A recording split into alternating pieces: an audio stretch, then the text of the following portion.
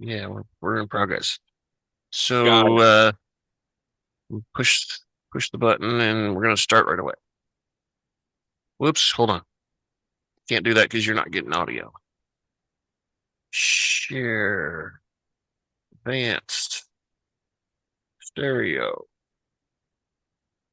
Okay, start over. That's you won't hear my crunch in my chips. Now you can hear 'em. Welcome to the Rebel Alliance Briefing Room Podcast. Yeah. We are here to podcast about anything and everything Star Wars with you.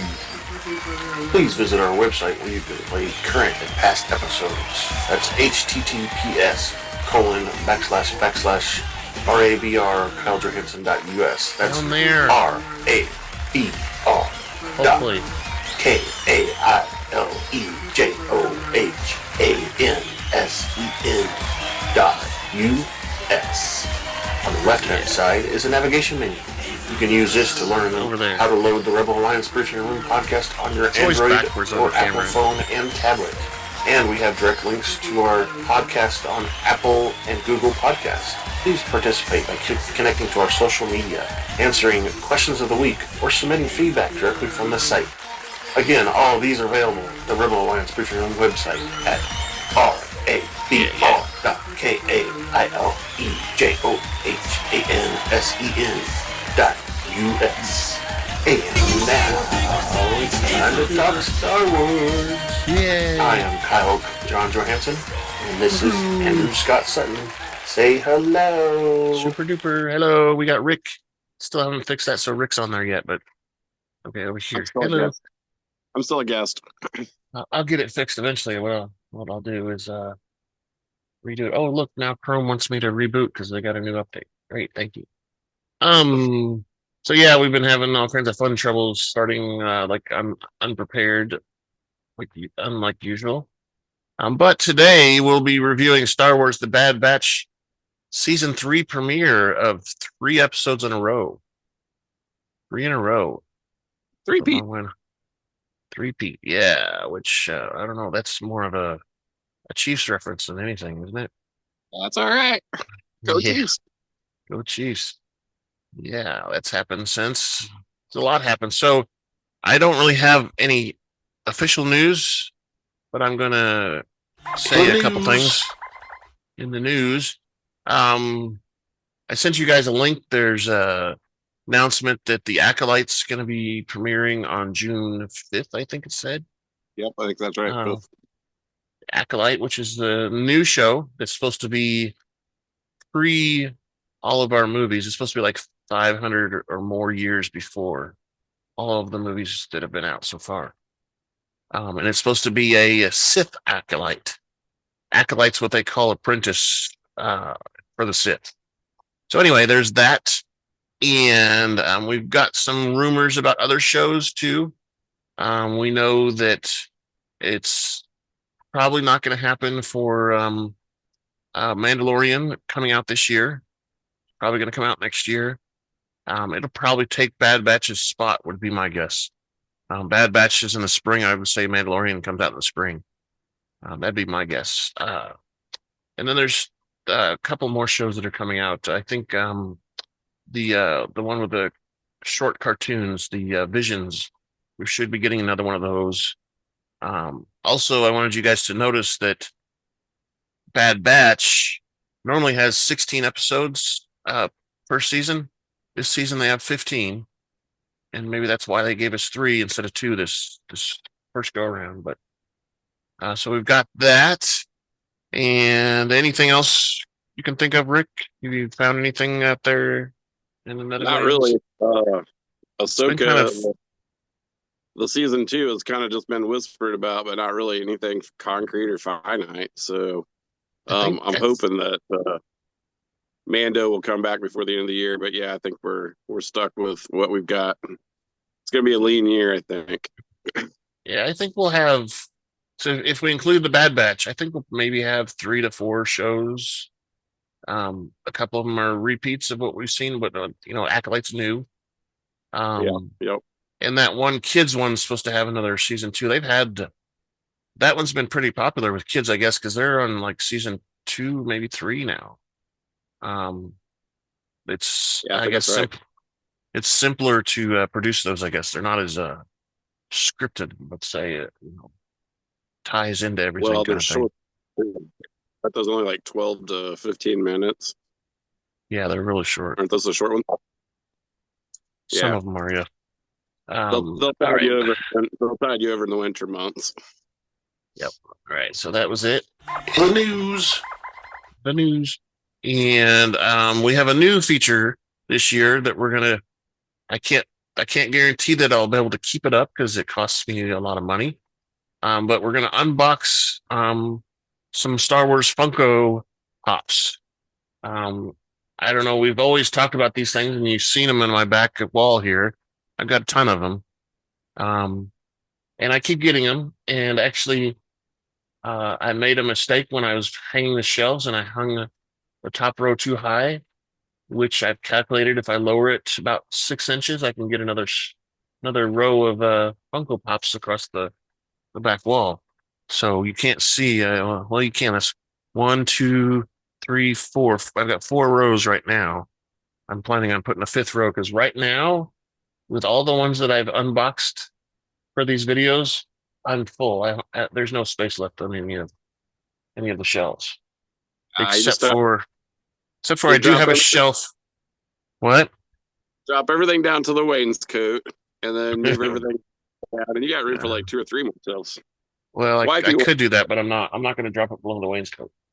Yeah, no, right there on the edge, right there at the very top of it. Wifey won't care. There's a reason it's up that high. There's okay. Stuff around here that's up that high. But anyway, I can get another level, which will give me 2 walls worth. And there's a possibility I could put one over that door on this other wall that I haven't even put anything on yet. And I do have one in front of me, just 1 row. Well, I say that, then there's these short ones over here, but 1 row, and those are all Funkos that aren't Star Wars. So there's not very many of them. I'd say there's 20 of them up there, but my wife always things from the ceiling. I might. My wife thinks it's stupid for me to collect these things, so she always gets me a non-Star Wars one. In protest. I got some pretty cool ones though. I've got a couple Star Trek ones. I've got Bill Nye. I've got Oscar the Grouch. There you go. I've got Doc Brown from Back to the Future. Yeah. I got a Mickey Mouse Sorcerer. I've got a couple from Rocky and Bullwinkle show. I've got what's his name? Boris Badenoff was his name. I've got Bullwinkle. I've got Rocky, and then I've got some of them they're out of the box because they were like given out at a baseball game. So I've got a Kansas City hot dog one with mustard on it. I do have an Einstein one also. Wow. And then I've got this little bust over here that was my mom's. That's Samuel Clemens, but that was her favorite author, I think. Yeah. But, she had another one too, but it was broken or something. But anyway, besides that, so let's get this video going, and we can move on to that basic. Down the road. I want the application. Where's my application stuff? Share. Okay, so you can only see my video application, Rick, now? Yeah, all I see is yeah. It's me. Looks like me, but it's a different shirt. I have America. I think it's a clone. It's a clone, that's right. Yeah, there you go. Clone. All right, so I need to make sure that the audio is also sharing. It looks like Big Yeti. Big Yeti, what?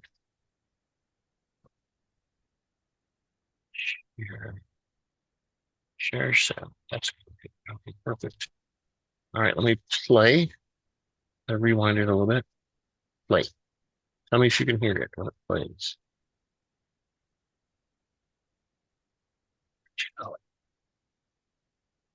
No video. I broke it, Rick. You broke the internet. What? It played and it's like frozen for me. I don't know about you. Trying something new. There we We're go. going to unbox a bobblehead. We're not going to take it all the way out of the packaging that it comes in, for value's sake.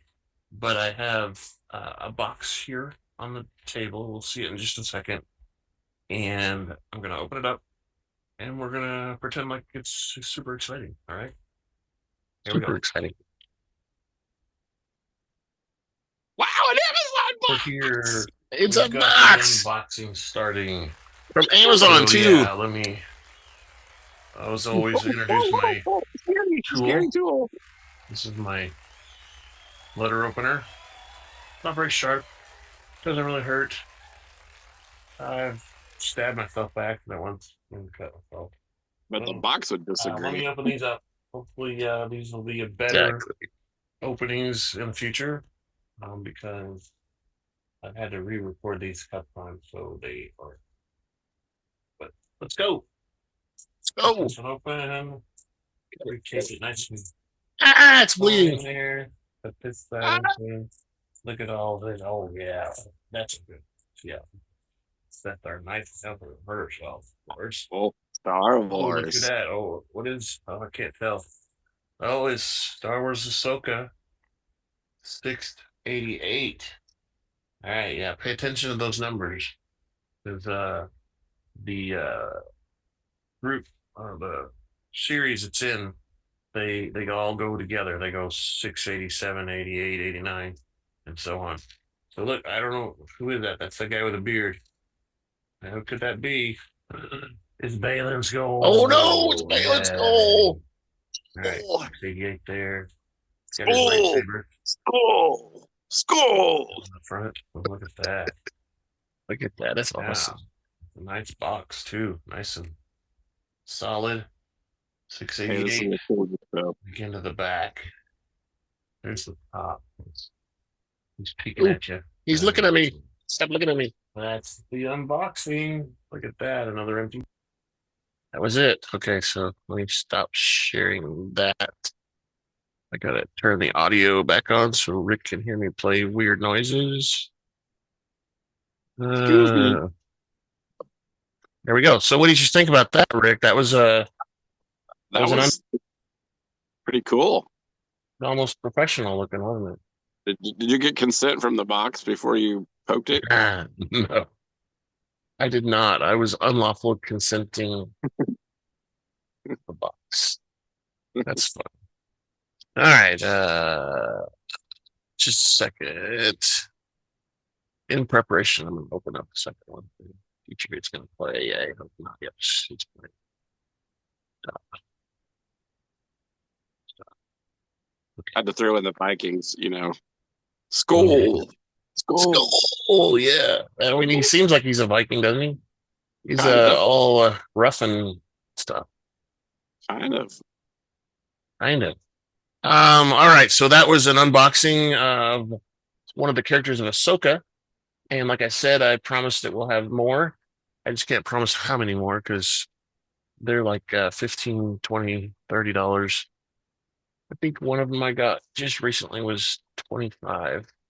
If you would like to contribute to the GoFundMe cause, the website will be posted at the end of the show. We'll figure out a way if you want to. I actually do have a funding site that I set up a long time ago, but I've never, it's one of those ones where you can buy someone a cup of coffee. Oh, yeah. As a matter of fact, I think it's called KOFI Coffee. Yeah. Anyway, I do have one of those set up if anybody's interested, if they do want to do that, but we've never really begged for money in the past. So let's get into the episode, and I'm going to tell you right now, we're going to spoil some stuff if you haven't watched. Oh. That's why Can I continue? Spoiler alert. Danger. You are about to be spoiled. There we go. That's good. All right. So this episode, again, Bad Batch Season 3, Episode 1, named Confined. And we find out during this episode why it's called Confined, don't we? It's pretty much takes up off right where we left off from last season, I think. But so we've got a director of yeah, these are all wrong. Rick. Yeah, that's not the right director. So let's start with what I've got on my screen here. We go. So director is Saul Ruiz, written by Jennifer Corbett, and the editor is Matt Michnovetz. I can never say his name. He's got a strange name. The music score was, of course, done by Kevin Kiner, and he's involved or started listing his family that helps him out. Sean Kiner and Deana Kiner also. And I've noticed that they're listed that way in all of these episodes for this season. Probably because, he wants to advertise so he can get more business since Bad Batch is going away. He needs to fill that void.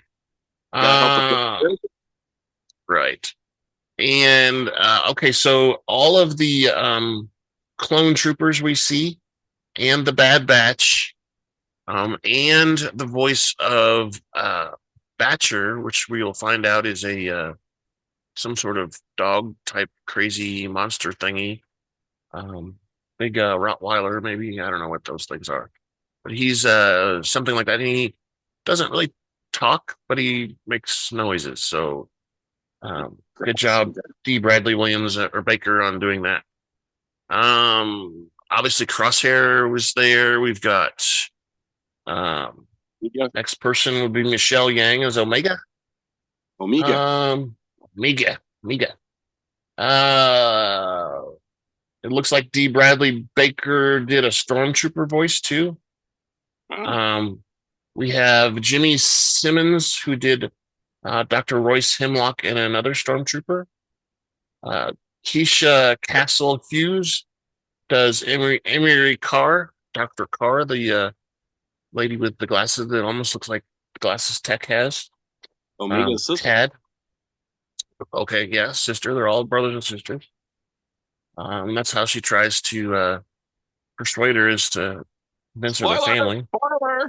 Oh yeah, we got to push the button. No, we don't. John Lipow did an Imperial technician. He did a robot K9X1 and a Stormtrooper pilot, one of the pilots that got into a X-Wing, as a matter of fact. Not an X-Wing, TIE fighter. TIE fighter. Yeah. And then, of course, we have Gwendoline Yeo, who played Nala Se, our very tall, weird alien creature. And let's see, anything else interesting on here? Those are all interesting, but they're not relevant for us, right? I think we had Hunter and not in this episode, did we? Oh no, no. We didn't have him in this episode. This was all Crosshair and correct. And Omegea. Yeah. Okay. So those are the cast and crew. Scorch was in there. Scorch is one of those stormtroopers that have the green lenses. He's a particular one. He's one of the head ones. I think he guards Hemlock mostly. I was gonna say he's the one that's with Hemlock. Yeah. So we're gonna play a commercial. And I want to say before I do that I'm open to any ideas for new commercials. So, we're doing Bad Batch. Maybe there's something we can do for the Bad Batch. So let me know, Rick or Scott, if you're listening, or anybody who's out there listening. Feedback. Hopefully. I mean, I've been advertising our starting back up on some different platforms lately, and we've got some new people, but who knows what they're they're actually listening. They're just reading my comments and deleting them. I don't know. Anyway, so let's play a commercial real quick. It's going to be Aaron's. Hey, you over there. Are you a trooper? Is your armor always dirty? When do you find time to clean it? Did rebel scum scratch and damage it? Does your helmet communications keep acting up? Stop by Aaron's Armor Sparkalorium. Before 1500 hours, we will wash, clean, and sanitize your armor for the next day pickup. Our patented galactically ancient secret cleaning techniques will have your armor sparkling just like a new Cerealian Y1300 freighter just off the assembly line. You will be the envy of all your friends and coworkers, from the castles on Lothal to the politicians on Coruscant to the environmentalists on Endor. For your next day service, stop by Aaron's Armor Sparkalorium. We are located in Tatooine's Mos Eisley Spaceport, directly across from Hangar 35. 35. We will also repair and sell most parts at the best rates in the known galaxy. All services guaranteed and licensed by the Emperor himself to last a lifetime. Only at Aaron's Armor Sparkalorium. Tell you right now, you better. Helmets and boots services are extra. Oh, forgot the disclaimer. Tell you right now, though, you better hurry up and get in there, because I don't think Aaron realizes it, but he's probably going to go out of business in a couple of years. No more Stormtroopers. We could have a fire sale eventually. Exactly. So get in there while you can. All right. So what that means is we're going to restate what the episode is. Bad Batch season 3, episode 1, Confined. Originally aired on Wednesday, February 21st. Star Wars Wednesday. The running time for this particular episode was 29 minutes and 21 seconds.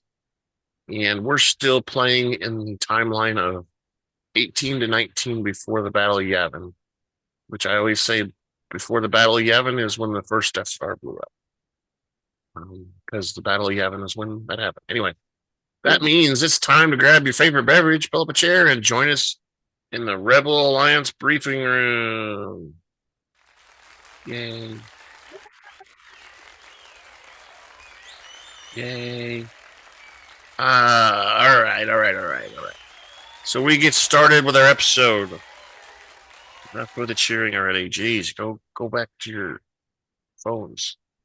The Imperial Shuttle 135 approaches the Tanis base on Wayland.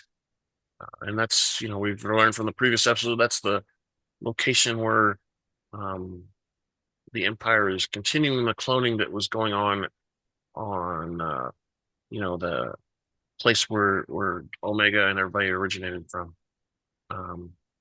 The TK trooper flying the shuttle communicates with the base traffic control, who gives him permission to land. While descending the planet's atmosphere, the shuttle is struck by lightning, causing it to short circuit and crash into the jungle. The stormtroopers survive the landing, with TK-343 attempting to contact the base. One of the stormtroopers warns about wild beasts, but another I can't talk today. Another reassures his comrades that the Lucra hounds are out. The Lucra hounds are out. That's what we talked about Batcher earlier. That's what they call the Batcher, is a Lucra hound. The other stormtrooper responds that the hounds don't operate this far out, partially because they're whatever else is out there in the jungle is going to eat those things. Yeah. Back at the Tanis base, Dr. Royce Hemlock asks why the shuttle has not arrived. And he hears a stormtrooper fending off wild beasts, so they're monitoring the comm traffic of these stormtroopers that crash. And Hemlock rules out sending reinforcements, because by the time they get there, they're going to be dead anyway, basically. He deems them as good as dead. Later in the morning, Omegea looks outside the grills of her cell at the surrounding mountains. Water drops from the tap in her basement, and her sister, Emerie, visits her. When Omegea protests that she is a prisoner, Karr says that there is no such thing and reassures her that she will acclimate. She will comply. Karr claims that it is far safer on Mount Tannis than outside the base. Karr tells Omegea to follow her since they have much to do today. Lots of chores. While walking the corridor, Omegea walks past several imprisoned former clone troopers, including a dejected Crosshair, who's probably ignoring her on purpose, who are guarded by Imperial royal guards. Inside a ward, Omegea watches as Karr collects blood samples from clone troopers. Karr requests that Omegea let her collect her blood as well. When Omegea asks why, Karr responds that all of them serve a purpose and claims it won't hurt. Omegea reluctantly climbs into her chair and asks Karr if she knows where her brothers are. And Karr replies she does not know. She may know, but she doesn't want to tell it. It's top secret. Top secret, yeah. She doesn't have clearance. When Omegea asks why she never saw Karr on Kamino, Karr replies that she was sent elsewhere until Dr.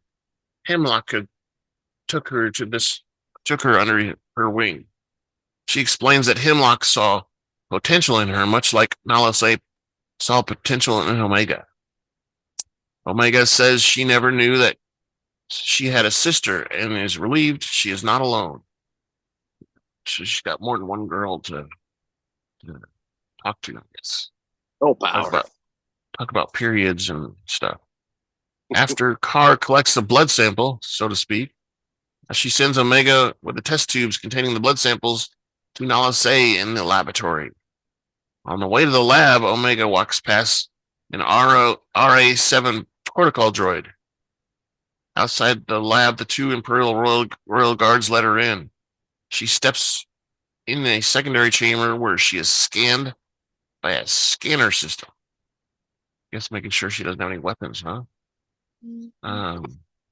Yeah, it was like a cross thing. It was like came from four sides into the center, I guess, to it's kind of weird. Probe your body with poison, probably, huh? Inside, Nala Se and several droids deposit samples into various machines. Nala Se thanks Omegea for bringing the blood samples and asks Omegea if her blood sample was taken also. When Omegea confirms that was the case, Nala Se discards the sample in the rubbish bin and tells Omegea to keep this a secret, adding it is safer that way. It's much safer that way. She got such a soft, quiet voice the whole time. You can barely understand her when she talks, but anyway. When Omegea asks about the research, Nala Se responds that it is different from the clone trooper program on Kamino. When Omegea asks why she was brought here, Nala Se reveals that Omegea was brought here to ensure her compliance. She explains that the Empire seeks the reproduction of the genetic M count, but experiments on the specimens haven't revealed a desired result. And I want to say M count means midichlorian count, which is what the more you have, the stronger you are on the force, right? Yep. Nala Se clarifies that the specimens are not clones.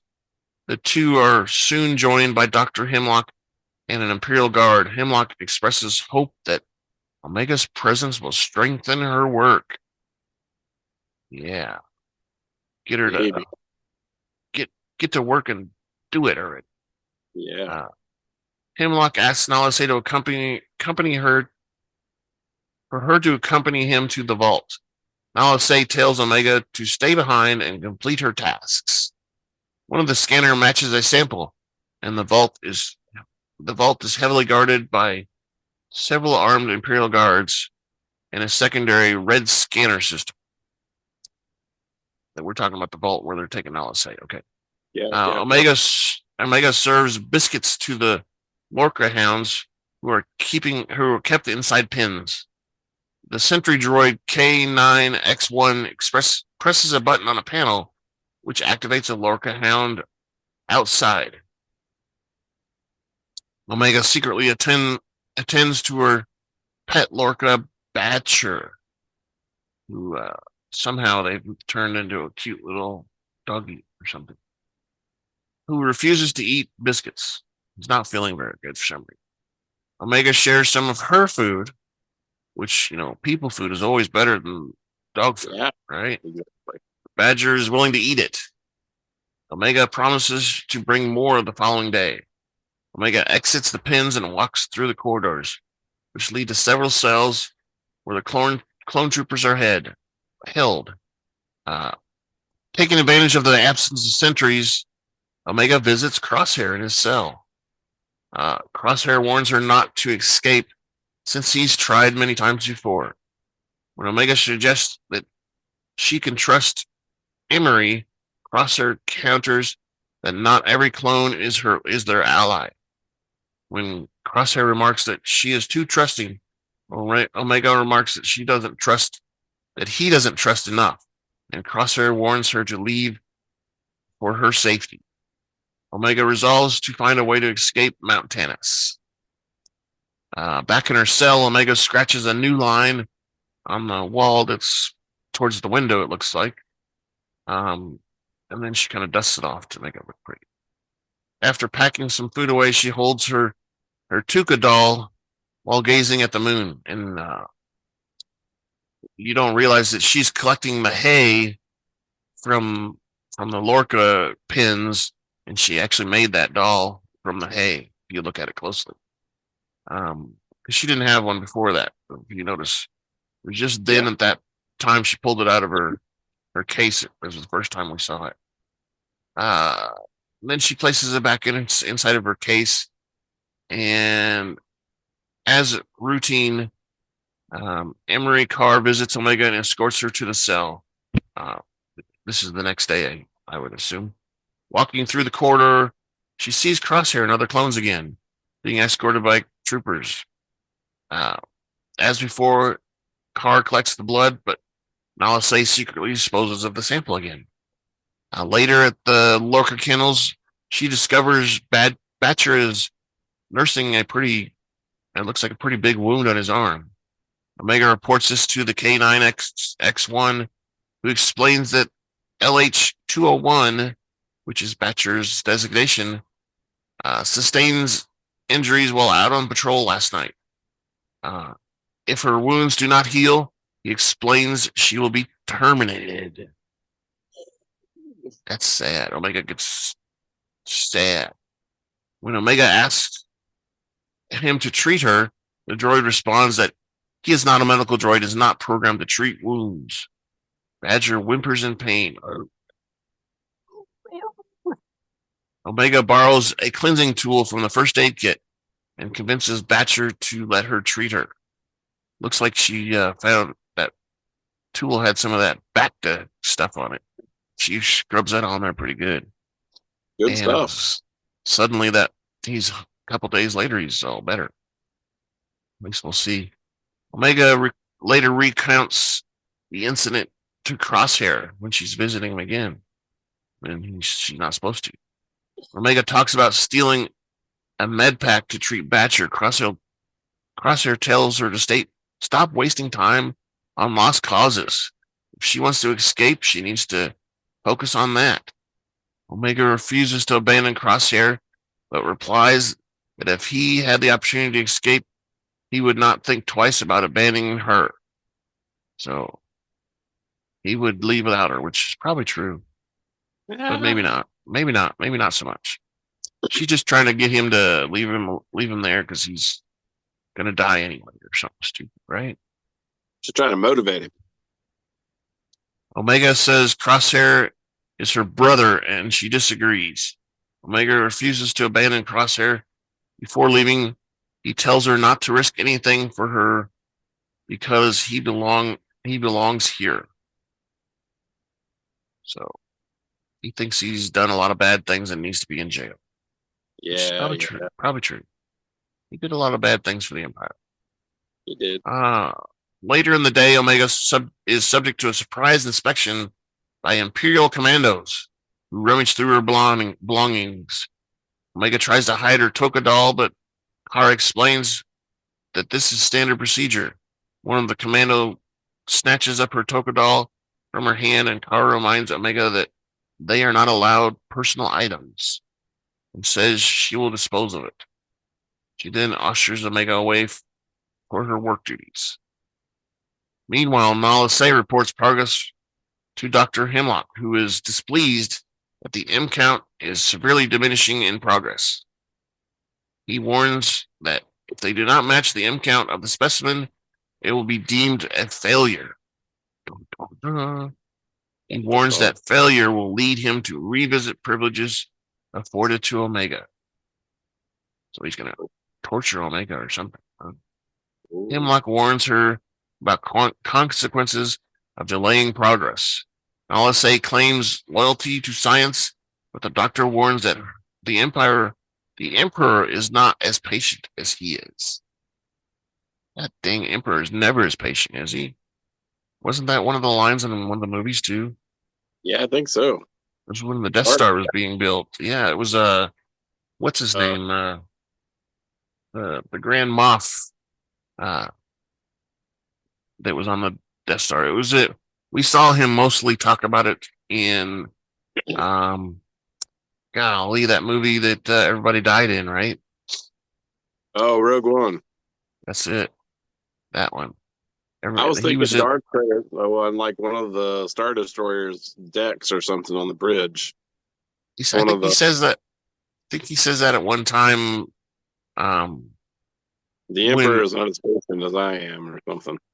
Yeah, one of the guys reported to him. One of the generals reported something to him, and he didn't like it, but he said the Emperor's not as willing to accept these things as I. Yeah. Anyway, yeah, Tarkin, that's his name. Remember in one of the previous episodes of Bad Batch, we had the tower where Tarkin was having the meetings and stuff. Yeah. All right. Inside the pins, Omega is relieved that Batcher's wound is healing. However, K9 X1 informs Omega that Batcher has been slated for termination anyway. Since she recently domesticated him, he has been deemed a liability. As the droid drags her away, Omega says that Batcher is not at fault, but the droid insists on following protocol. She snatches the data pad from the droid and issues a secret alert before activating his electrostaff. Omega uses the data pad to cause the cage to crash on top of X91 or K9X1, whatever. So he's the K9 transferred one. K9 unit. She then hits the droid in the head with a stolen electrostaff and uses the data pad to unlock the external chute for Badger's kennel. After removing her control collar, she tells the hound to run. Omega tells Badger she can go with her. She can't go with her because she has to rescue Crosshair first. It'll be later. I'll come meet you. Yeah. We're getting close. Omega soon is cornered by Dr. Hemlock and Emerie Karr. Dun, dun, dun. Busted. Hemlock chides her for releasing a weak Lorca hound and accuses her of being cruel. Because, the outside stuff's going to kill him. Maybe. We'll see. When Omega counters that they're going to terminate Badger, Hemlock explains that the passengers of the Imperial shuttle a few rotations ago were killed by wild beasts, which are more formidable than the Lorca hounds. So these things are scary sons of bitches, I guess. They're big creatures. Bad creatures. Yeah, well, I mean, apparently, and we'll see, I'm not trying to spoil, but apparently all the failed attempts, they just throw them out in the woods. So whatever they're working on and it doesn't work out right, they just go throw them wild. And they're pretty bad. Hemlock says that Omega's domestication of LH201 only made her vulnerable. When Omega counters that Batcher deserves a chance. Hemlock mocks her idealism and says that emotion and sentiment have no place within these walls because we're all soldiers, something. We all do whatever the Emperor says because we're robots. When Omega protests, Karr attempts to defuse the situation by escorting Omega back to her room. Hemlock asks Omega if she has more to say, and Omega reveals that she knows that Hemlock brought her here as a hostage to keep Nalase in line. When Omega says that he will not dare hurt her, Hemlock agrees but warns her misbehavior will endanger Crosshair. Oh. So he's got something for her and for Nalase. So that's always works. Darn it. While he plans to I said hillbilly there. While he plans to rehabilitate Crosshair, Hemlock warns that they will terminate him if her misbehavior continues. After warning Omega of actions ever consequences, Hemlock orders Karr to escort Omega back to her room and restrict her access. She doesn't get out. Nobody gets out.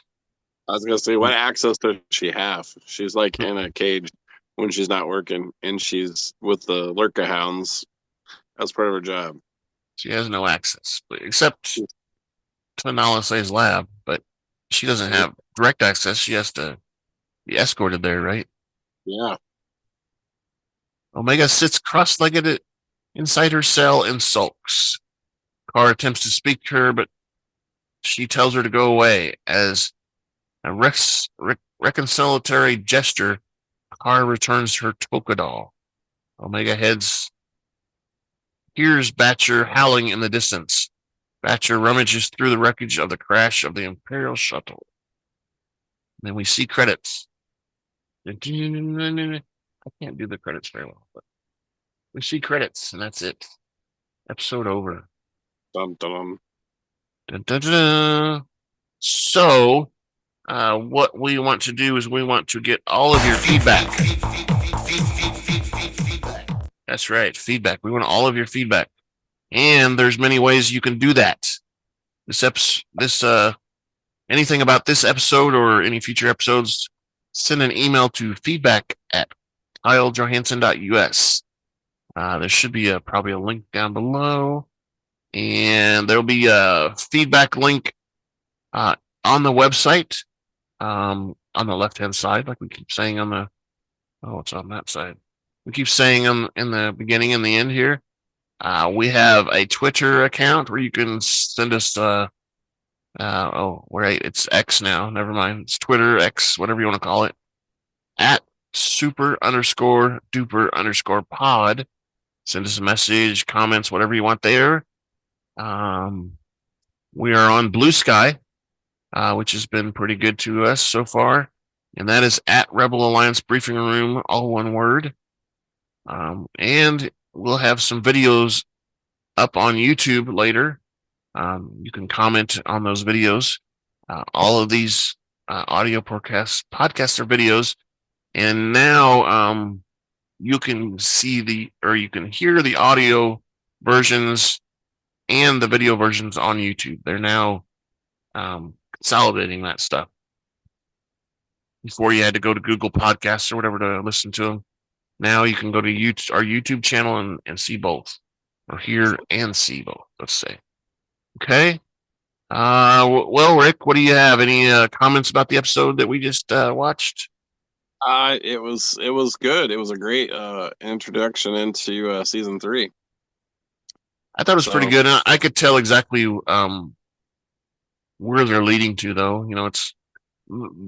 This show's never been hard to figure out, but yeah. You can tell what's going on. I mean, one of my predictions is gonna be that we're gonna spend the first few episodes, probably past episode number 3, reuniting with the rest of the crew, right? Oh, for sure. That's happened. We know, as we'll see in the next episode, Hunter and the big guy are out there looking for him. And the other one, he's off doing good deeds or whatever. Echo Rex. Echo is off doing good deeds, which they don't really talk about that then, but we know from previous seasons that that's what he's doing. He'll come in every once in a while, I would expect. I'm sure once Omegea is joined back with the crew, they're going to meet up with Echo and have a big old cry fest or something. But I would say that half of it's that, and then the rest of the half is I don't know, doing something to avenge for Crosshair. Getting back for tech. The only thing I noticed that we didn't mention was like in her windowsill, she's keeping track of time. I know you said at the beginning, but towards the end, you can definitely see that there is a lot of days of the past. Like she's keeping track using tally marks. So quite a few tally marks. Yeah, there's at least a couple months, maybe longer. I've been there for a while. We noticed. Reminded me of Groundhog. It was like every day was the same for her. She got up. We had things to do. She got blood. She went to analysis. She fed the lurkas. She came back to her room. It was like just wash, rinse, repeat. Same boring routine. Yeah. And we'll notice going forward that if you pay attention, her hair does get longer.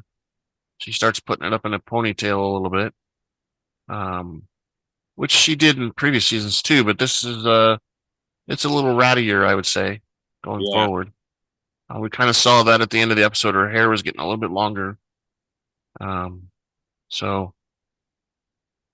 she's going to be a more rough and tougher than before. She doesn't have that little emblem necklace thing she used to do around her head on her forehead anymore. Probably because it got taken away.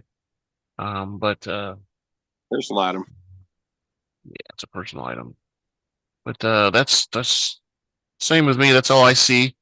Hopefully, some people out there will see something we didn't see, or tell us we said something wrong. Make fun of me not being able to talk, whatever it is. Send us some feedback.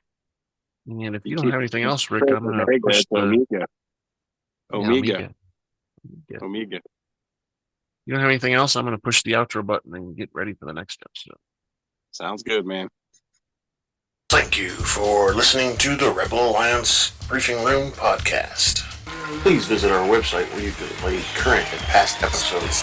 That's https://RABR.KyleJohansson.us. That's RABR.KyleJohansson.us. On the left-hand side is a navigation menu. You can use this to learn how to load the Rebel Alliance Briefing Room podcast on your Android or Apple phone and tablet. And we have direct links to our podcast on Apple and Google Podcasts. Please participate by connecting to our social media, answering questions of the week, or submitting feedback directly from the site. Again, all of these are available at the Rebel Alliance Briefing Room website at RABR.KyleJohansson.us. This podcast in no way is approved, sponsored, or owned by Lucasfilms Ltd. Not at all. Disney Plus, or any of its subsidiaries. All opinions are solely owned by Kyle and or Scott, and in no way express the views or opinions of their past or present employers. Some of them are views and opinions are not supported or restricted by Lucasfilms Ltd., Disney Plus, or any of its subsidiaries. Any rebroadcast, reproduction, or other use of this podcast and its affiliate sites without consent of Super Duper Podcast Network and its host is prohibited. Completely prohibited. I am Kyle Johansson, and this is Andrew Scott Sutton. Say goodbye now. No Andrew. Rick today. Andrew's got some family stuff he's dealing with, so hopefully we'll see him soon. Not at least in the next couple episodes of the podcast, but soon. Anything else, Rick? So we say goodbye here. Bye-bye. We're going to give